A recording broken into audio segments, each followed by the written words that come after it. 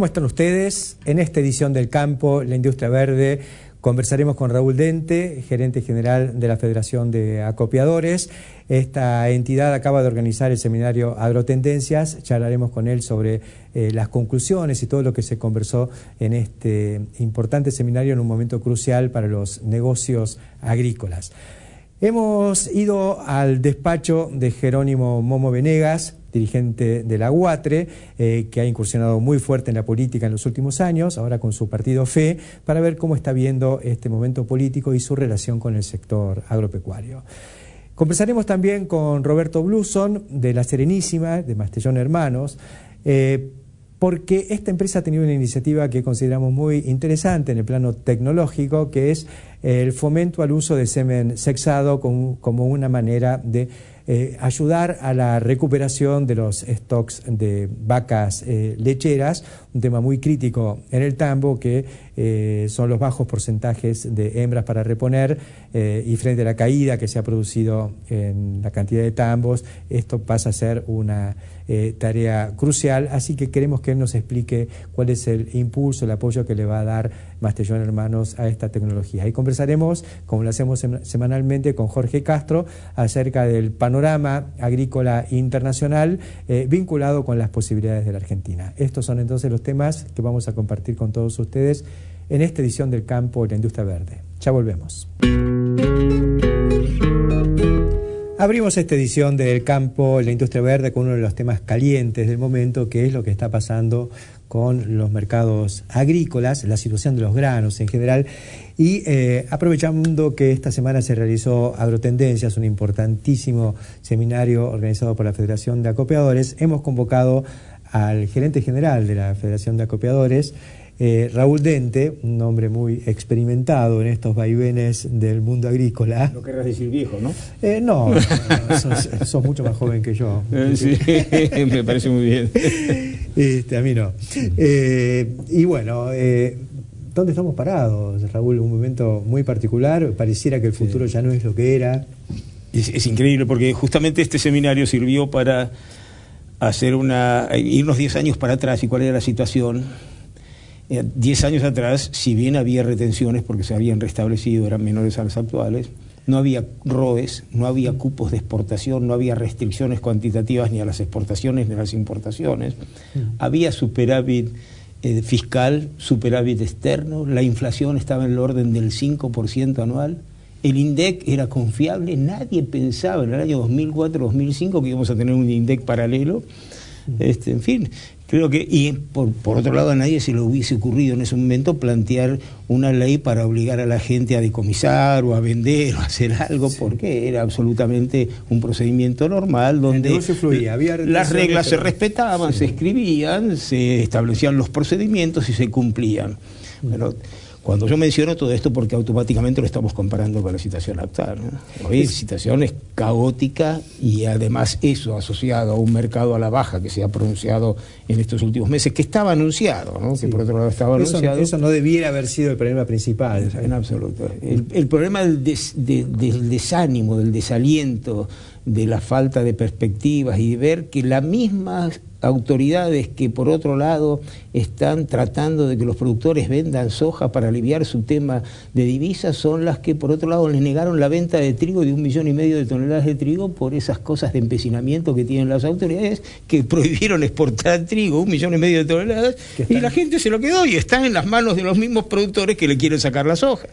Una cosa que nadie entiende. Y Brasil comprando lo que queda de trigo de Paraguay. Sí, ¿no? Y al mismo tiempo Brasil eliminando el arancel externo común, porque si Argentina no es proveedor confiable, ¿por qué lo vamos a proteger con el 10%? Lo van a restablecer, evidentemente, pero todo eso crea una situación. Argentina, con sus mercados garantizados, siempre estuvo cuarto nivel de trigo y está peleando el octavo, noveno, y en esa situación de deterioro y desaliento general que impacta, claro. Sí. El tema del trigo, la carne y la energía son paradigmáticos. En ese sentido, nadie lo duda que es la mejor expresión de los resultados equivocados de estos instrumentos, porque no siquiera se la puede llamar política económica, este conjunto de medidas que no entienden la realidad, ¿no? El modelo se resume. Raúl, el modelo debería ser algo mucho más pretencioso, esto no se sabe. El modelo, entre comillas. ¿Cómo le pega, cómo piensa el sector del acopio que afecta a la ley de abastecimiento? ¿Hay una preocupación? Pero claro que hay preocupación porque bueno, la mercadería en el interior está en los silos, en las instalaciones de acopiadores cooperativas, esas instalaciones que se ve cuando uno anda en el auto por interior, y además están en los silos bolsas que tienen los productores, los acopiadores, etc. Pero ¿por qué está retenida? Bueno, todo el mundo sabe.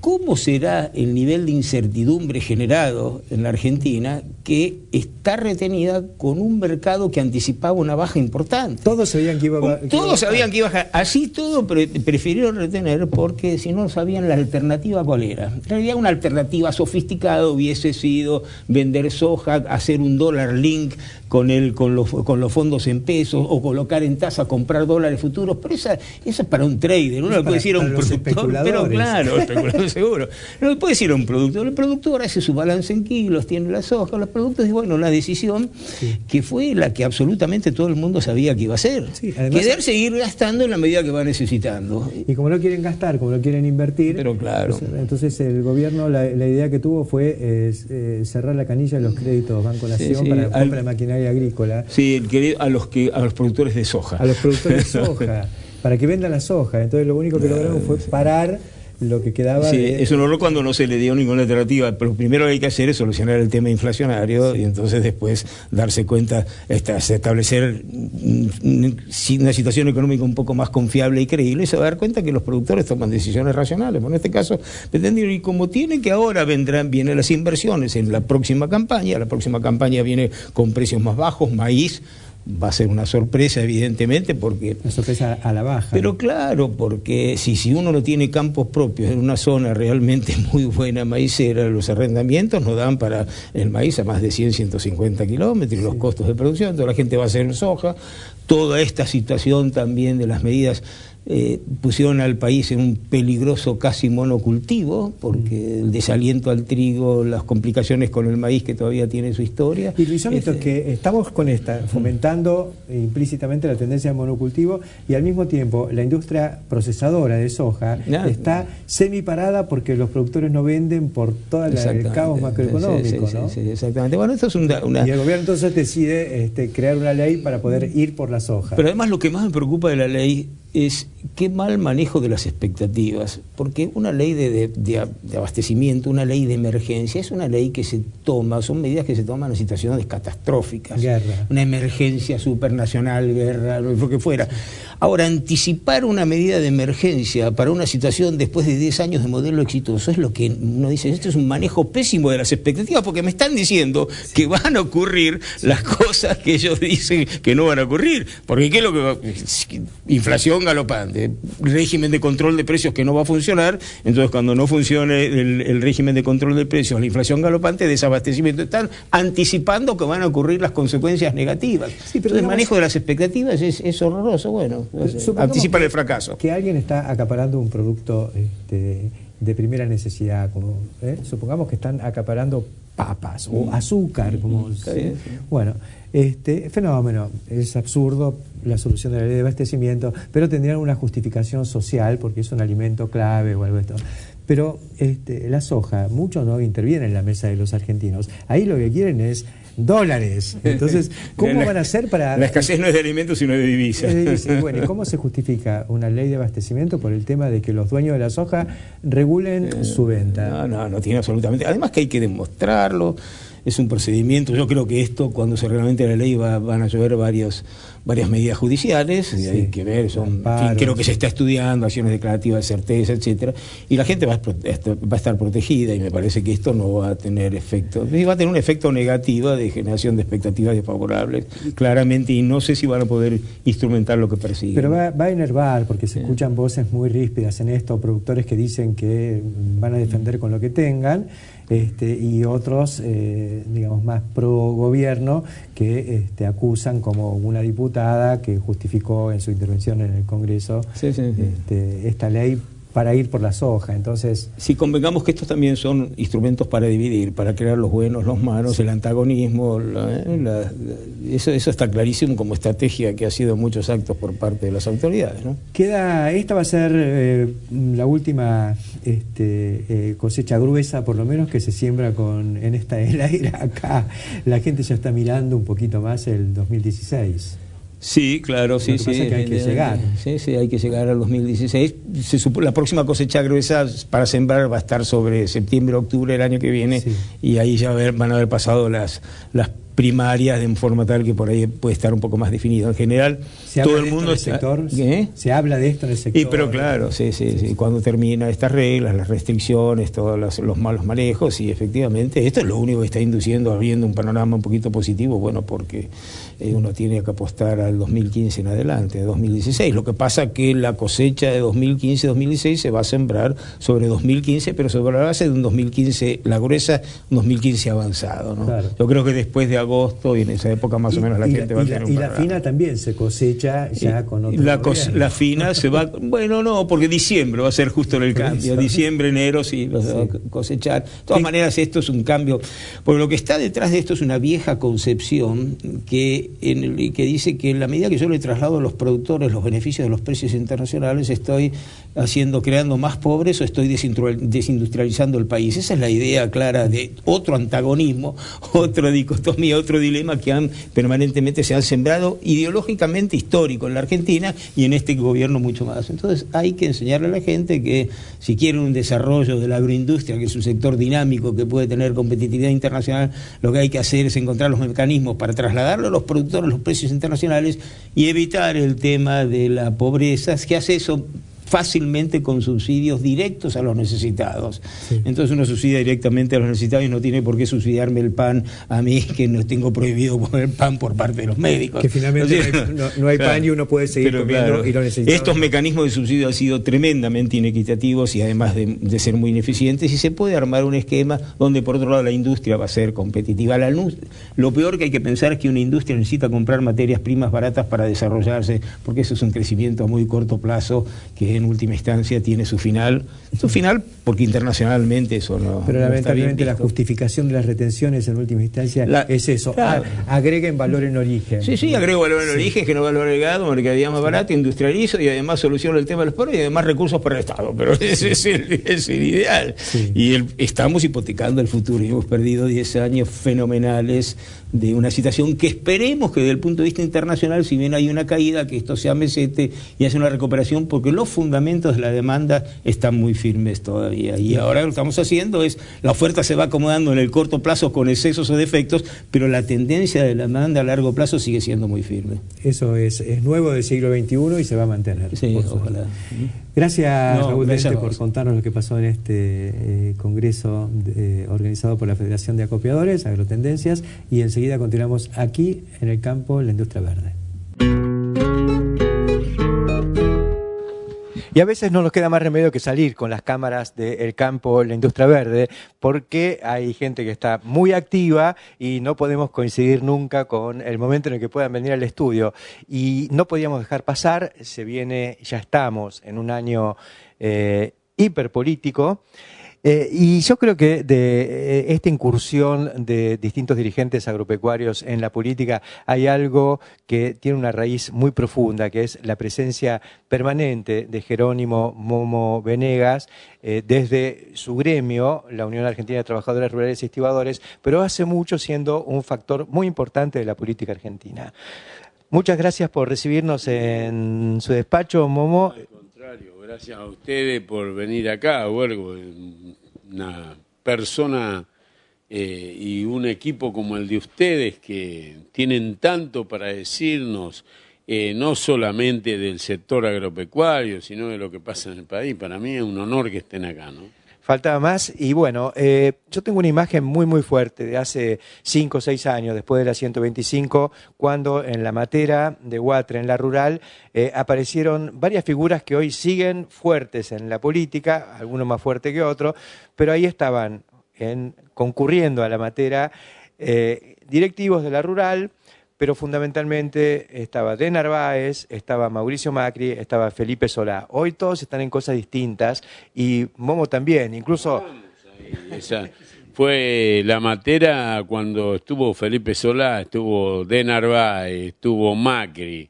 Bueno, y nos juntamos ahí, se hizo ese frente, Unión Pro, ganamos esas elecciones, le ganamos al gobierno. Recuerda que le ganamos al gobierno por 2,5 puntos. Dicen que eran 2,5 puntos, seguramente estuvieron hasta las 2 de la mañana metiendo la mano en la lata. Serían 7, 8 puntos lo que le sacamos. Bueno, le ganamos al gobierno, pero después nos abrimos y como el partido era el PRO, era Unión Pro, quedamos cada uno en su lugar y fue una lástima, ¿no? Porque eso generó una gran expectativa para la gente. Bueno, hoy yo me encuentro en otro lugar también, hoy he tenido que dejar el peronismo porque... ¿Se puede dejar el peronismo? No, he dejado el PJ, el peronismo lo llevo en el corazón. O sea, yo soy un peronista de cuna, soy un peronista de Perón y Eva Perón, un peronista de todas esas políticas sociales que llevó el general Juan Domingo Perón adelante en esa época, que era que un trabajador con el poder adquisitivo de su salario sustentar a su familia, porque en ese tiempo trabajaba el trabajador, el titular, el dueño de casa, digamos, el padre de los hijos trabajaba, con su poder adquisitivo del salario podía sustentar a su familia, mandar sus hijos a la escuela, mandarlos a la universidad, y se recibían de médicos, ingenieros, abogados. Usted habrá escuchado el cuento de mi hijo el doctor.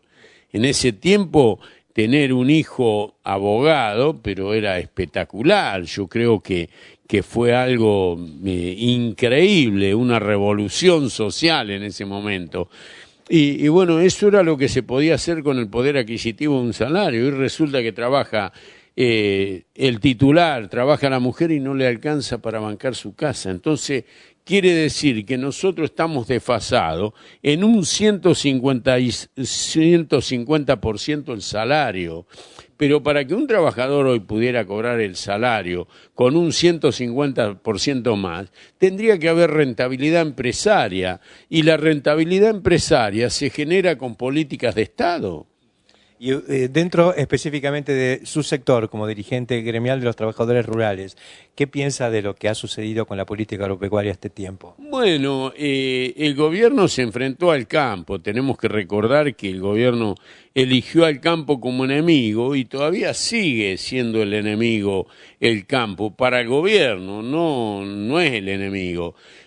Pero el gobierno no tiene políticas de Estado. Si el gobierno hubiera puesto a desarrollar en todo su potencial el sector agropecuario y desarrollar en todo su potencial no solamente en lo productivo, sino en lo económico, en lo social, este país estaría de otra manera. Como lo vi en la foto el otro día en la exposición rural de Río Cuarto. Río Cuarto está emergiendo, a pesar de todo, como una potencia agroindustrial. Sí, yo siempre voy a la rural, a la exposición, que uno ve ese potencial, como lo ve en la Expo, como lo ve en la rural, y dice, ¿qué nos está pasando a los argentinos?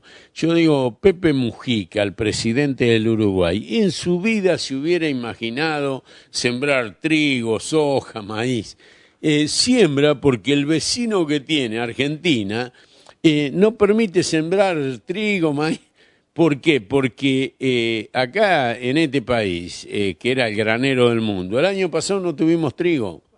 Hace 3 o 4 días inauguró una pastera enorme, una inversión de 2.500 millones de dólares de los españoles y los finlandeses, y nosotros ahí estamos atrancados también. Bueno, pero nosotros en el granero del mundo no tenemos trigo. El trigo se siembra en el Uruguay. ¿Y sabe por qué la gente se va al Uruguay, Huergo?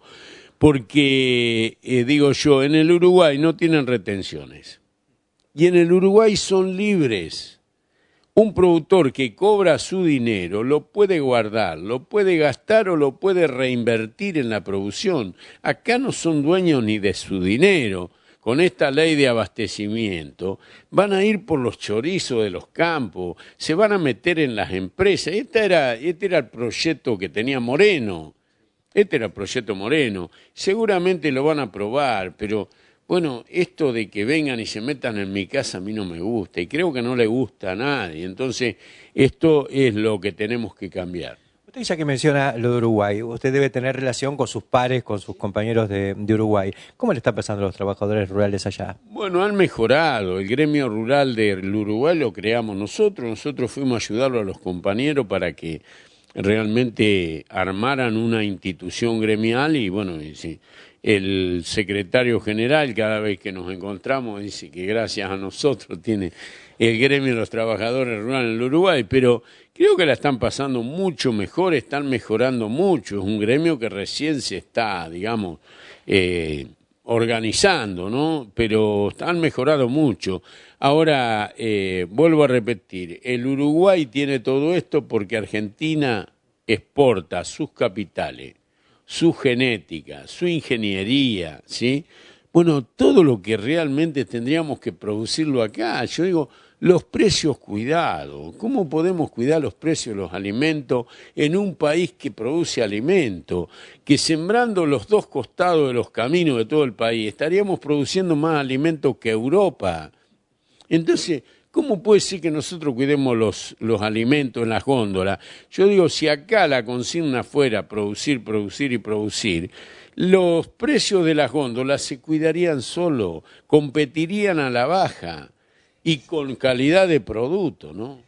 Es así y yo lo voto porque es lo que yo pienso, pero Momo, ¿cómo ve a FE, a su partido, en la confluencia necesaria en lo que va a ser el ambiente electoral del 2015? Bueno, nosotros creamos un partido FE, yo para crearlo fui y le pregunté al santo, en ese momento no era el santo padre Francisco, era Jorge Bergoglio, y le fui a preguntar a ver si le podía poner fe al partido. Y me dijo, ¿por qué le querés poner fe? Y le digo, porque tengo fe en la Argentina, fe en los argentinos, fe en Dios, le digo, Jorge. Y me dijo, ponele fe que vas a tener muchos adeptos, me dijo. Y realmente es así, el partido FE va a presentar el 17 de octubre un partido nacional y federal. Nosotros hicimos una reunión hace muy poco acá en Capital y bajaron 20 provincias del partido FE. Y seguramente nos vamos a instalar en las provincias, en algunos lugares ya estamos avanzando en los distritos, estamos avanzando, bueno, en todos los lugares donde tiene que estar conformado el partido FE. Y esto a nosotros nos va a dar la posibilidad de que nuestros candidatos, nuestros referentes, salgan de una institución, pero de una institución que está en contra de la corrupción. Nosotros queremos que los corruptos estén presos, que los que le han hecho semejante daño al país, porque acá le han hecho mucho daño al país. Hay 15 millones de pobres, 6 millones y medio de indigentes en este país. Escondidos abajo de la alfombra porque tratamos de atenderlos con planes sociales. Total, estaban dando hoy un informe que hay un 38% de gente que es pobre en este país. En este país que no debería haber pobreza, es indigno pensar que en este país hay hambre. ¿Cómo puede haber hambre en un país que produce alimentos para 400 millones y que podía producir para 100 millones, que 100.000 millones? Yo digo, esto es lo que no tenemos que aceptar. Nosotros los argentinos tenemos que saber que los corruptos tienen que estar presos, que mucho de esta gente que anda hoy delinquiendo han sido fabricados por estos corruptos, porque cuando este gobierno asumió, había chicos que tenían 10, 11 años. Y hoy el mayor grado de criminalidad, Huergo, está de los 21 años para abajo. Este gobierno, ¿cuántos años lleva? 10 años. Entonces, toda esta inseguridad la fabricó este gobierno. Y la inseguridad se combate con la cultura del trabajo y la educación. Y a los pobres hay que decirle que no se acostumbren a ser pobres, que en este país se puede vivir distinto, pero tienen que saber que con su voto pueden cambiar los destinos del país. Momo, ¿cómo está viendo este panorama con los candidatos que se han perfilado como los más firmes, digamos, los más conocidos? Bueno, Macri, Scioli, Massa. ¿Cómo se ve usted en esa...? Bueno, yo creo que fue una elección, la anterior fue una elección que no había alternativa, ¿no? Había que buscar un candidato y bueno, en ese momento el partido FE a las 10 de la mañana me entregaron la personería jurídica. y a las 12 de la noche se cerraban los frentes. Entonces yo con los compañeros dijimos, ¿qué hacemos? Porque no teníamos tiempo de armar. Y tampoco queríamos ir en un frente para no contaminarnos, porque uno hoy si arma algo tiene que armar algo que no esté contaminado, porque yo digo, ser más de lo mismo, yo no quiero para este país ser más de lo mismo. Y entonces, ¿qué hicimos? Nos presentamos con 18 distritos mal armados, porque no tuvimos tiempo, porque yo soy una persona de palabra. Y si yo le digo a un compañero que arme en un distrito, le tengo que decir con la seguridad de que voy a tener la personería jurídica. Pero como eran las 10 de la mañana y recién me dieron la personería jurídica, muchos compañeros no pudieron armar. Y solamente armamos en 18 distritos. En esos 18 distritos, en la primera vuelta, sacamos 140.000 votos. Y en la segunda vuelta sacamos 170.000 votos.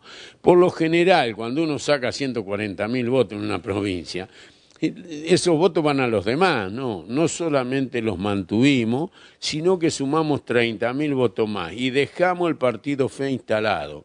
Hoy el Partido Fe tiene un bloque, tenemos 2 diputados, tenemos concejales, qué sé yo, tenemos para seguir trabajando y creyendo que se puede conformar un grupo de gente distinta, de gente que no utilice la política como un negocio, sino que utilice la política para beneficio del país, para beneficio de los argentinos y no para un beneficio propio. Y yo lo puedo decir, ¿sabe por qué? Porque a mí me metió preso este gobierno. Y el mismo gobierno me tuvo que dar el certificado de buena conducta. O sea, dieron la falta de mérito, quiere decir que estoy limpio. O sea, no solamente puedo decir que soy decente, sino lo puedo demostrar. Muchísimas gracias, Momo, el mayor de los éxitos en este lanzamiento. Antes que termine, le voy a entregar un libro que se llama, lo escribió Roberto García Lerena, un periodista conocido, Venegas, el Momo, tiempos de fue para una política popular. ¿Se lo podemos mostrar a la cámara? Pero por supuesto. No sé quién es el que está conmigo.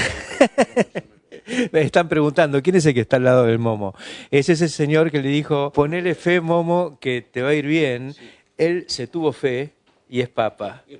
Usted sabe que antes de irse él, yo estuve una semana antes, y le dije, vos tenés que ser papa, Jorge, porque vos sos un tipo especial.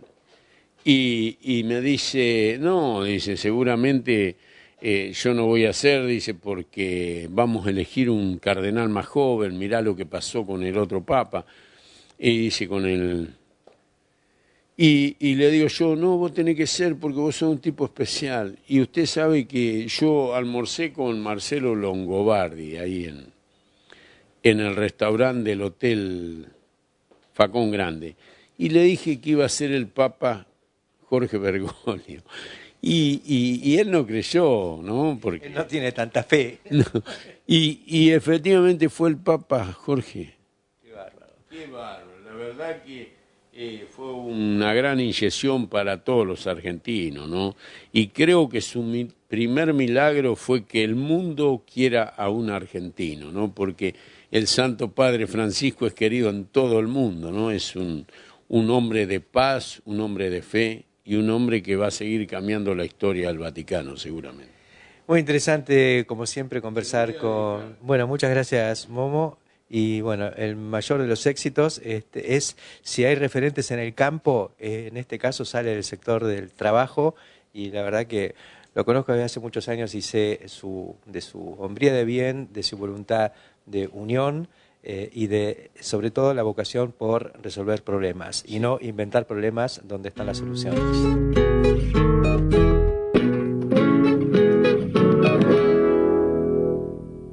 Continuamos en el campo, en la industria verde, ahora introduciéndonos en uno de esos temas que nos gustan porque tienen que ver con la tecnología, en este caso casi biotecnología, diría, sí, aplicada a la producción de lechera. Estamos con Roberto Bluson, es el gerente de compra de materia prima de Mastellone Hermanos, de La Serenísima. una empresa que acaba de lanzar la iniciativa de facilitar el uso de semen sexado en vaquillonas, tengo entendido, para recuperar mejor nuestro stock de vacas lecheras. ¿Es así, Brusón? Sí, Héctor, lo que estamos tratando de manejar es un incremento de vaquillonas en los rodeos. Vemos que en los últimos años, con los cambios de modelo de producción y quizás también por los problemas que hemos tenido climáticos, las reposiciones en los rodeos están siendo difíciles, los rodeos no están creciendo, y entonces creo que es momento de empezar a utilizar esta herramienta que se ha ido mejorando en los últimos 6-7 años y que creo que es una tecnología que hay que aplicarla y en forma fuerte, porque creo que los resultados, cuando uno analiza hacia adelante, no es un costo sino que es una inversión, y cuando uno lo analiza en tercera o cuarta generación los números son realmente... No se vuelve atrás. ¿Quiénes están usando hoy el semen sexado? ¿En la Argentina? Sí. Muchos productores, sobre todo los más grandes, algunos medianos que les ha ido bien y probaron, otros en su momento comenzaron, no les fue tan bien, dejaron, y creo que en este momento, ayudándolos, va a haber mucho más gente que entre en el programa. Nosotros lo que estamos tratando de impulsar es que la diferencia de costo entre una pajuela de un semen convencional y uno sexado esté mucho más próximo, entonces se inclinen definitivamente. ¿Hoy de cuánto es la brecha y a qué se Según los toros, pero se puede hablar de un doble más o menos. Lo que estaba pasando es que los que lo estaban usando nada más que en un primer servicio en las vaquillones. Entonces lo que nosotros queremos es que le den los 2 servicios o los 2 servicios y medio que en promedio necesitarían para preñarlas, y que de esa forma logremos crecer, sin dejar de lado que tenemos que de vuelta mirar hacia atrás las crías, las recrías y todo lo que estamos haciendo, más entre o comillas, menos. más o menos, Sí. Porque no solo con esto vamos a arreglar el problema que tenemos. Tenemos que lograr más terneras y que lleguen a ser madres más de ellas. ¿Es mucho más difícil preñar con semen sexado? No es mucho más difícil. Primero, que ha mejorado muchísimo la calidad del material, pero segundo, creo que lo que hay que tener es más cuidado, porque realmente tenemos un poquito más del 10% de la dosis de espermatozoides por partido, o sea que las posibilidades son menores. Pero creo que todo el mundo ha aprendido, tanto el mundo de la producción de semen sexado como el del que lo aplica, que son los inseminadores y los veterinarios, y entonces creo que hemos logrado números de un 15, un 20% mejores de los que teníamos quizás hace 5 o 6 años atrás. En general estamos hablando de material genético nacional. No, también lo que venga. Lo que hemos tratado de hacer con este programa es que tanto sea importado o nacional, estén los dos en las mismas condiciones, y creo que el nacional se está aplicando, va a crecer con todo el tema de los toros genómicos, que esa es otra herramienta que, sumado a esto, puede tener mañana. Yo soy de los que creo que en 10, 15 años todo el mundo va a utilizar semenes sexados y van a usar muy pocos convencionales, porque una de las limitaciones, que sería el material, lo vamos a lograr con toros genómicos, que los resultados son maravillosos. Ajá. Y eso se está también trabajando firme con toros argentinos y...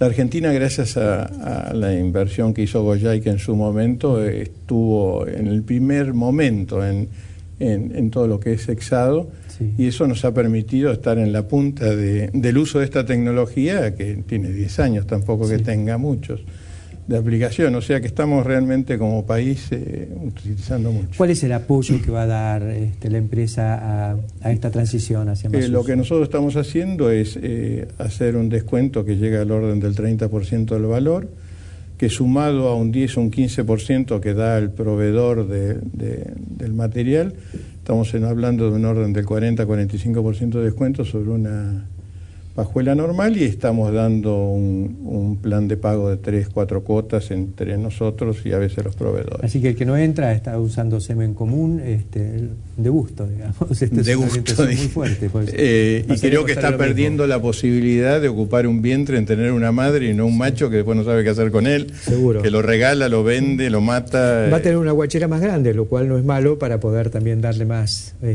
atención a un aspecto que por ahí... Y si quiere hasta va a poder seleccionar mejor sus madres también. O sea, las herramientas que va... Mira, yo soy de los que creo que el que no crece en este modelo del mundo de hoy decrece. O sea que hoy, ya sea por aumento de productividad o por escala, el crecimiento tiene que ser sí o sí la herramienta que uno más utilice para poder seguir en el sector. Esta es una herramienta muy importante donde creo que nosotros la hemos descuidado. Muchas veces los tambos los miramos por litros por día o litros por vaca, y esto es un negocio de dos patas. Sí. La venta de vaquillones es un muy buen negocio para muchas empresas hace muchos años. Y lo hemos dejado pasar. Yo creo que algunos crecerán vendiendo vaquillones, otros crecerán ordeñando más vacas, claro. pero creo que es una herramienta que no se puede dejar de pasar. Yo creo que hay que utilizarla y a fondo. Me acuerdo de los tiempos en los que la Serenísima fue un puntal en la utilización de forrajes conservados, ¿no? Con todo el apoyo que le dio en su momento al silajes y demás. Hasta el silo bolsa tuvo mucho que ver en sus arranques con la presión del Sancor, Serenísima. Esto es un poco profundizar en aquel camino que creo que fue muy importante. Sí, creo que sí. Estábamos hace 3, 4 años tratando de hacerlo, por diferentes razones no lo hacíamos. Sí tenemos hace 4 o 5 años un diferencial para el litro, para el kilo de proteína que entregue ese productor con respecto al año anterior al mismo mes. O sea que encima de tener más vaquillonas va a tener mejor precio en la leche también. O sea que no es poca cosa. Ahora se va un apoyo directo a esa técnica. Antes era más indirecto porque era por premio en la leche. Hoy estamos tratando de que esto cierre un paquete de que decir, bueno, puedo tener más hembras y estas hembras van a producir más leche y esta leche la voy a pagar mejor que lo que lo estoy pagando la estándar o la común que me entregas todos los días. Me alegra la iniciativa, felicitaciones y ojalá que tenga mucho éxito para beneficio de todos en momentos donde realmente hay que crecer, hay que ser eficiente, hay que hacer las cosas bien o caerse. Gracias. Muchas gracias, Héctor. Enseguida continuamos. Continuamos en el campo, la industria verde, ahora con Jorge Castro y sus habituales comentarios. Y bueno, hemos escuchado lo que nos planteaba Raúl Dente de la Federación de Acopiadores, todo esto que se estuvo discutiendo, debatiendo en Agrotendencias. ¿Cómo estás viendo vos particularmente la situación, Jorge? Mira, yo creo que una de las cosas más importantes que dijo recién este señor, Raúl Dente, es que la demanda mundial de agroalimentos sigue firme y en proceso de expansión. Esto quiere decir que acá la caída de los precios del mercado mundial de los agroalimentos, especialmente los granos, es el resultado de la super cosecha de Estados Unidos que se ha visto ratificada por lo que ha ocurrido en la producción mundial de granos, que en este momento es récord también histórico. Lo que esto implica es que en la previsión del Departamento de Agricultura norteamericano, esta cosecha récord norteamericana está superada solo por el hecho de que la demanda mundial de granos es todavía mayor. Claro, o sea que hay una mayor afluencia porque en algún momento las cosechas iban a compensarse porque como resultado de los altos precios se sembró más y con más tecnología. Exactamente. Que además estaba llegando nueva tecnología. Más precios y nueva tecnología. Claro, entonces los rindes y las superficies sembradas se expandieron en todo el mundo. En todo el mundo. Y en primer lugar en Estados Unidos. Sí. Ahora, lo que hay que tomar en cuenta es que la demanda que satisface esta super cosecha es superior a esta oferta excepcional.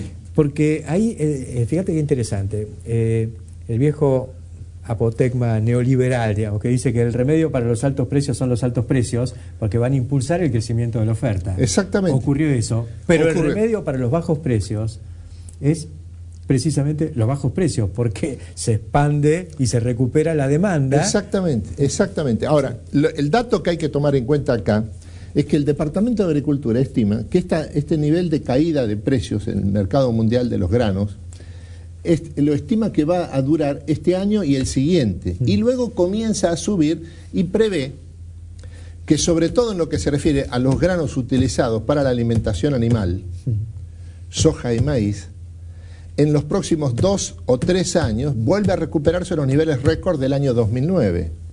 Me animo a tirar los argumentos. Hay expansión, en este momento recuperó rentabilidad la industria porcina, recuperó rentabilidad y de manera muy fuerte el sector de carne vacuna. el precio del ternero se fue a las nubes en Estados Unidos, lo que refleja una enorme demanda por parte de los feedlots, que convierten granos en carne. O sea, todo eso va a determinar, por un lado, un crecimiento de la oferta de estos productos derivados, pero al mismo tiempo una rápida digestión de estos excedentes. Exactamente. Ahora, la tendencia que prevé el Departamento de Agricultura de Estados Unidos es que esta recuperación del precio de los granos en el mercado mundial está encabezada por los granos utilizados para la alimentación animal.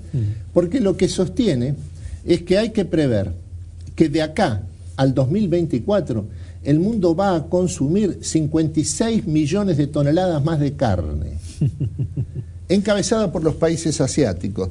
Más toneladas de carne producidas, esto significa mayor consumo de los insumos para la producción de la carne, especialmente de todos aquellos alimentos de rico contenido proteico. Pensaría además en que tendríamos que ver qué recursos hay disponibles para compensar ese crecimiento de la demanda. Es decir, ¿hay tierras disponibles en el mundo? Estados Unidos creo que jugó todas las cartas. Todas. China mucho no puede crecer porque compite por el agua con otras necesidades y demás. ¿Dónde hay tierra disponible? En Brasil. Ajá. En Brasil. Brasil es la última frontera agrícola que inmediatamente puede ampliar su capacidad productiva sobre la superficie del cerrado brasileño. ¿Y qué pasa con países de Europa Oriental, fundamentalmente Ucrania? Bueno, Ucrania, lo que tiene de interesante es que la ventaja comparativa de la producción agrícola ucraniana es la extraordinaria fertilidad de sus tierras. Sí. Es la zona, en la producción agrícola ucraniana se realiza en un 90% en la denominada región de las tierras negras. Esos suelos. Que son los suelos súper fértiles del mercado mundial. Solo son comparables por su fertilidad las tierras negras de Ucrania y del sur de Rusia con otro sector del sistema mundial en materia de producción de grano, que es la pampa húmeda de la Argentina. El cálculo que tiene el propio Departamento de Agricultura de Estados Unidos es que la zona de las tierras negras de la producción agrícola ucraniana es aproximadamente el 25% del total mundial de tierras fértiles o superfértiles. Es comparable al porcentaje que tiene la Argentina de disponer, a través de la pampa húmeda, de un porcentaje similar de tierras superfértiles, que son precisamente los de la pampa húmeda y esto es norte de la provincia de Buenos Aires, sur de Córdoba, sur de Santa Fe. Pero eso está totalmente en producción, digamos, no hay tierras disponibles. No hay. Claro. Pero la diferencia está en Brasil. Sí, ahí sí. Brasil tiene como ventaja comparativa en lo que se refiere a la producción de granos en los próximos 10, 20 años, el hecho de disponer en el cerrado brasileño de lo que se estima que son 90 millones de hectáreas y que pueden ser disponibles para la producción de agroalimentos simplemente con que se mantenga el nivel de precios actuales. Lo que tenemos que ver es qué va a pasar con los cambios políticos en Brasil y el avance por ahí de sectores que no dejen avanzar sobre esa frontera. Exactamente, pero hay que tomar en cuenta que las elecciones brasileñas tienen una importancia mundial. Sí. Lo que está en juego allí no es una simple elección interna en un país sudamericano, lo que está en juego allí es la posibilidad de que una de las grandes economías y sociedades del mundo, que es la brasileña, recupere su capacidad de crecimiento que ha perdido en los últimos 5 años. Gracias, Jorge. Vamos a volver sobre esto y estar muy cerca del proceso brasileño que se va agudizando día a día. Es una necesidad. Nos vemos la semana que viene. Enseguida continuamos. Como reflexión final de esta edición del Campo, la Industria Verde, quería agregar un elemento clave esta semana en la que se realizó Agrotendencias y se habló mucho allí de esta cuestión, que fue la decisión del gobierno de reducir el precio del etanol de maíz nada menos que en un 35%. Se bajó de 9 pesos 50 centavos el litro de etanol a 6 pesos. Esta es una reducción brutal que deja a la industria emergente del etanol. Digamos, la única buena noticia que tuvo el modelo en los últimos años fue la enorme inversión en estas nuevas plantas. Jaque mate. Estas plantas no pueden empezar a operar. ¿Saben cuál es la noticia? El 4 de octubre está programada la inauguración de la planta de ACA Bio, sin duda la más importante en esta saga. Una planta hecha con tecnología de última generación, importada en buena medida de los grandes proveedores mundiales de Estados Unidos, construida en el país por empresas constructoras de primera línea.